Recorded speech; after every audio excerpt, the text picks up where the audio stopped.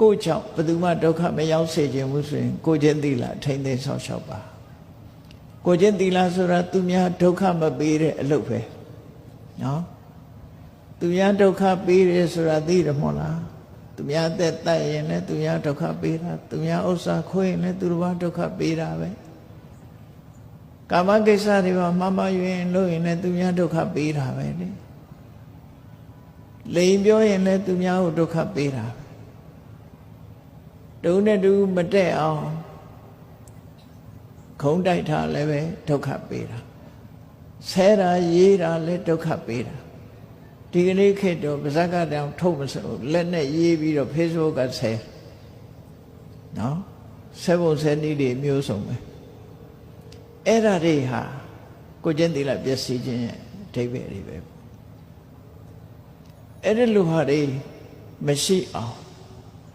သူများကိုဒုက္ခပေးတဲ့အလုပ်တွေကရှောင်ပြီးတော့ကိုကျင့်သီလနဲ့ပြည့်စုံအောင်ကြိုးစားတယ်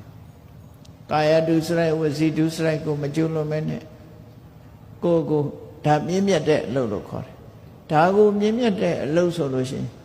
လိန်ပြောတာဟာအောက်တန်းကျတဲ့အလုပ်တုံးနဲ့တူမတက်အောင်ဂုံးတိုက်တာ